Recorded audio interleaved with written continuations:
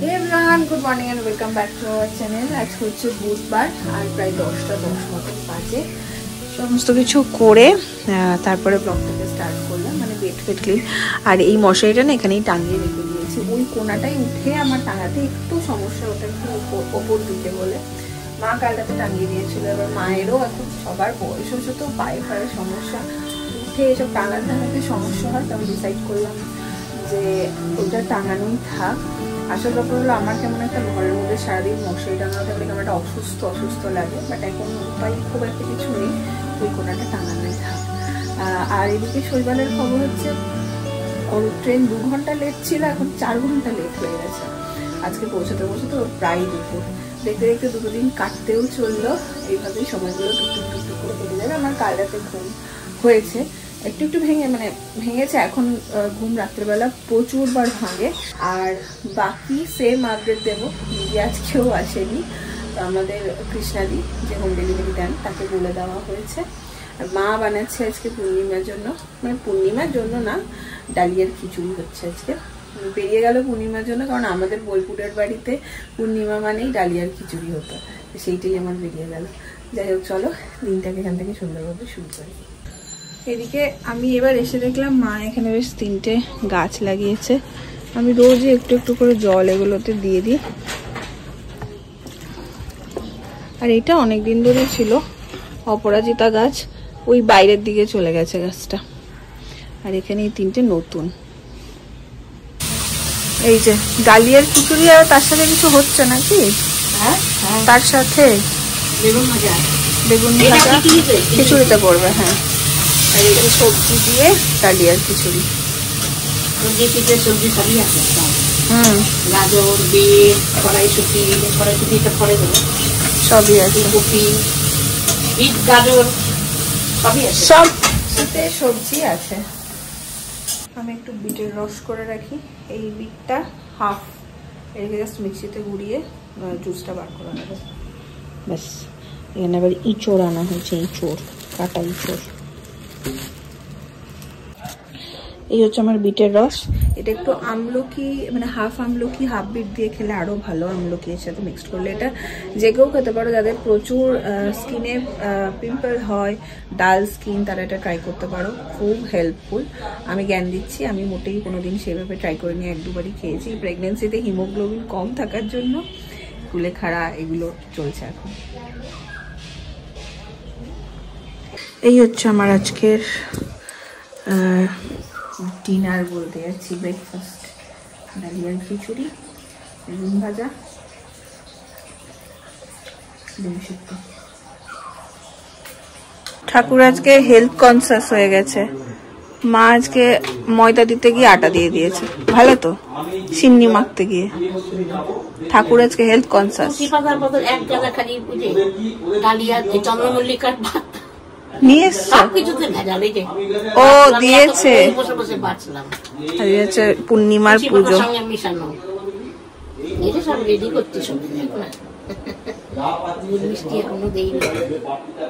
আর আমি নিয়েছি একটা ডাব, গলায় গামছা, স্নান করতে যাব, তার আগে ডাবটা একটু খাবো, খেয়ে যাবো। আর ভেবেছিলাম যে একটু চিকেন স্যুপ বানাবো, বানিয়ে যাব, বাট শৈবাল ফোন করলো, ওর সাথে কথা বলতে গিয়ে হয়ে গেল একটু দেরি। ও পৌঁছে গেছে ঠিকঠাক একদম মেসে। এখন ডাবটা ছাড়া না, মনে হচ্ছে ভালোই জল আছে এটাতে। এই ডাবগুলো শৈবাল যাওয়ার আগে এনে দিয়েছিল, আরেকজন আমাদের বাড়িতে দিয়ে যায়, সেও ভালো দেয়, মাসি পাঠায় তাকে, ওই দাদাও ভালো দেয়।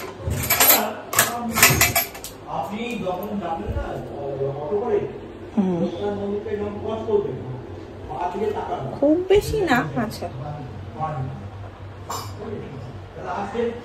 বাবা আজকে বাজার থেকে দেখো এইগুলো এনেছো, ফল তো এনেছে। এই যে ওই কুলগুলো এনেছে, ছোট্ট ছোট্ট। আরে ওই যে পাকা কুলগুলো। হ্যাঁ, বাবাকে বলছিলাম বাবা একটু কুল এনে তো, সরস্বতী পুজোর পরে নারকেলি কুলের জন্য মন চটপট করে। বাড়িতে সরস্বতী পুজো হয়ে গেলেই এই কুল থাকতো, তারপরে মা মেজমা মিলে ভাগ করে দিত, আর কি খাওয়ার ধুম। এবার পাইনি, ওই জন্য বাবাকে বলেছিলাম। আসুন, বসুন। কি খাবেন? খাবেন? অবশ্যই, খুলে না বলতে নেই। নাও, ছুঁড়ে মারি। মানে এত চাইনি, খা বসে বসে। দুটো ঠিক আছে। আরে খা রে। না এতগুলো খাবো না, পাগল নাকি? হ্যাঁ দুটো নিয়েছি, খাচ্ছি। কুল খাইনি এবার, রাখলাম। সরস্বতী পুজোর পরে কুলটা না খেলে হয় না। খাইনি, সরস্বতী পুজো একদিনই রয়েছে। ও সরস্বতী পুজো প্রসাদে, ওরকম খাওয়া হয় না।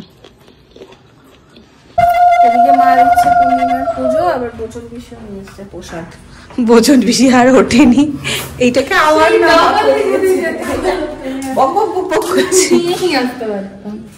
দাঁড়া, মাকে জিজ্ঞেস করি। আমাদের মনে হয় দেরি আছে, আমাদের দেরি আছে গো। তাহলে ও চলে যাবে, বিকেলে আসবে বলছে। তো তাই দিও, দেরি হয়ে যাবে না। হ্যাঁ হ্যাঁ, এই যে এখানে রাখছি, তাহলে বিকেলে নিস। না না পাঠাতে হবে না, বিকেলে নিয়ে যাবো। বাবাকে পাঠাতে হবে কেন? আসবে তো বিকেলে, তখন নিয়ে নেবে। ঠিক আছে, টাটা। ঠিক আছে, তো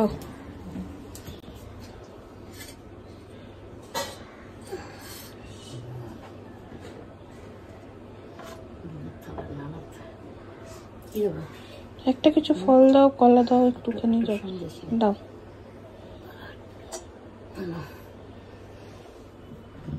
ব্যাস, মাখো, তারপরে আমাদের আজকে দিয়েছে হচ্ছে ভাত। এটা কি আমি বুঝতে পারছি না, ধোকা মনে হচ্ছে। ধোকা দিয়েছে, ধোকা। পাবদা মাছ, পাবদা মাছ এটা। ডাল এটাতে আছে, এটাতে আছে চাটনি। এখন এসছিলাম না একটু ছাদে, অনেকক্ষণই এসছি, একটু সন্ধে সন্ধে হয়েও গেছে। এবার একটু নেমে যাব নিচে। সন্ধ্যা মানে এখন একটু হাঁটাটা হচ্ছে না, যেহেতু আর সেভাবে নামছিও না। অন্ততপক্ষে 20 মিনিট আমি হাঁটি, তো লাস্ট 2-3 দিন ধরে হাঁটাটা একদমই হচ্ছে না আমার। আজকে একটু ছাদে এলাম, হাঁটলাম একটুখানি, বেশ ভালো লাগছে। ছাদে উঠলে একটু মনটাও ভালো লাগে। চলো বানিয়ে একটু জামিয়ে আমি চিকেন স্যুপ। এখানে চিকেনগুলোকে একটু ফ্রাই করে নিচ্ছি, আমি তাই করি। এখানে সব সবজিও কেটে নিয়েছি, এটাকে ধুয়ে নেবো ভালো করে।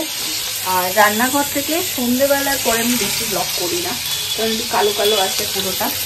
আমি এডিট করতে গিয়ে দেখি অন্ধকার অন্ধকার আসছে, তো একটু অল্প করেই করার চেষ্টা করি, কারণ এটা রেডি করি। না এটা স্যুপ খাও, এখানে রাখবো। বস বস, একটু স্যুপ খাও। বাবা আমার এখন চা খাবে, তার নিচে আছে বলে আর বার করতে পারিনি। খাক খাক, বস। কতবার অ্যাকশন রিপ্লে করবি তুই? ক্যামেরা ছাড়া বলে দিচ্ছে ভালো হয়েছে স্যুপটা, আমি শুনবো কেন? ক্যামেরা ছাড়া সমস্ত কথা। হেলদি খাবার দাবার, একটু ঘন হয়ে গেছে। ঘন হলেও ভালো না, ঘন হয়ে গেছে একটা। বেজে গেছে প্রায় 10:30, আমার ডিনারও হয়ে গেছে। বাবা আজকে অনেকটা টাইম ছিল, একটু গল্প টল্প হলো। আসল ব্যাপার ওরও পরীক্ষা আছে ফেব্রুয়ারি মাসে, তো এখন প্রচন্ড পরিমাণ বিজি। আর সবার আগে এইটাই দরকার, কারণ ওর কেরিয়ারটা সবার আগে। এবার এখন কি হচ্ছে বলতো, এখন ওর ব্লগগুলো অনেক ছোট ছোটই হয়তো যাবে, কারণ এখানে তো আমরা 3 জন মানুষই। বোলপুরে আমরা অনেক মানুষ থাকতাম, সেই কারণে আড্ডা গল্প এগুলো তোমাদের সাথে শেয়ার করতাম, আর যেগুলো তোমরা প্রচন্ড বেশি পছন্দও করতে। এখানেও আমরা গল্প করি, আড্ডা মারি, বাট 3টে মানুষের মধ্যে এমন অনেক কথা থাকে, অনেক কিছু থাকে যেগুলো আর শেয়ার করার মতন হয় না। তো সেক্ষেত্রে আমি আর সেগুলো শেয়ার করে উঠতে পারি না।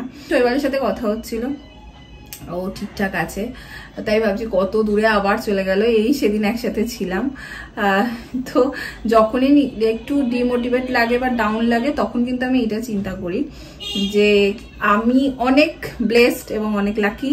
কারণ হচ্ছে যখন আমার প্রেগনেন্সি জার্নিটা শুরু হয়, তখন আমি আহমেদাবাদে ছিলাম, জানতাম না। তো তারপর মা যায়, মা যাওয়ার পর মায়ের সাথে কিছুটা সময় ওখানে কাটাই। তারপর আমরা এখানে ফিরে আসি।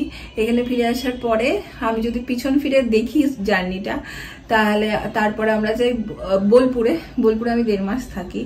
বোলপুরে 1.5 মাস থেকে আবার এখানে এসে মাসির বাড়িতে থাকি। মাসি বাড়িতে কিছুদিন থাকার পর এখন আমি এখানে আছি।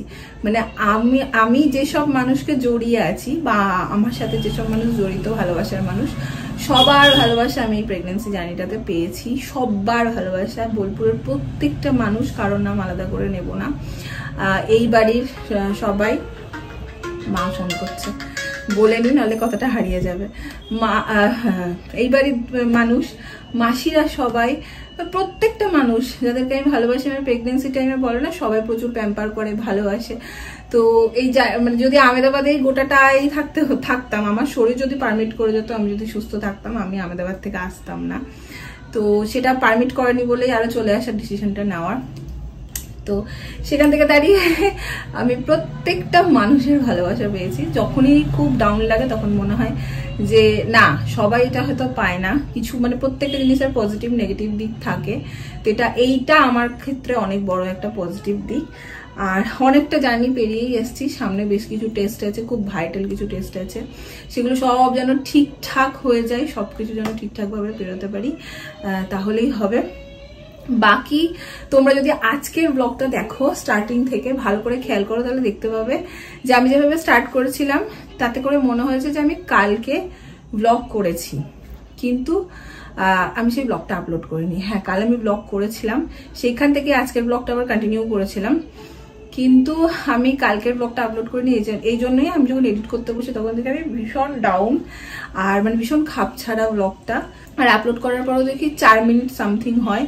তো আমার মনে হলো যে এটা দেওয়া ঠিক হবে না। আমি মানে ভীষণ ডিস্টার্ব লাগছে নেগেটিভিটি ব্লগটার মধ্যে, যেটা আমি তোমাদের সাথে আর শেয়ার করতে চাইনি। কারণ আমার মনে হয় তোমরা কিছুক্ষণের জন্য এই জিনিসটা দেখো, যতটা পারি আমি পজিটিভিটি দেওয়ারই চেষ্টা করি, নেগেটিভটা শেয়ার করলেও পজিটিভ ওয়েতেই করার চেষ্টা করি। তো ভালো খারাপ যাই বলি, সেটা ভালো দিকটা যেন আছে এটা ভেবেই বলি। কি বলে ফেলছি জানি না, হাবি জাবি বলছি মনে হচ্ছে, বোঝাতে পারলাম কিনা সেটাও জানি না।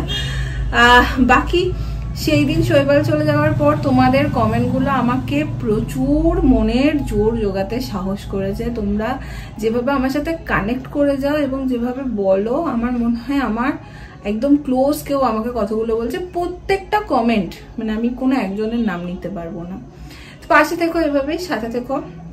এরপর এখন থেকে যা যা হবে ছোট্টখাটো আমি তোমাদের সাথে শেয়ার করব, কারণ আবারও বলছি লাইফটা খুব এই মুহূর্তে খুব ছোট জায়গার মধ্যে আবদ্ধ হয়ে গেছে। তো আমি সত্যি জানি না আমি এরপর কি কি তোমাদের সাথে শেয়ার করব বা কি করব, চেষ্টা করব যা হয় সেটুকু দেখানোর। তো আজকের জন্য এই পর্যন্তই রাখি, দেখা হচ্ছে পরের ব্লগে। টাটা।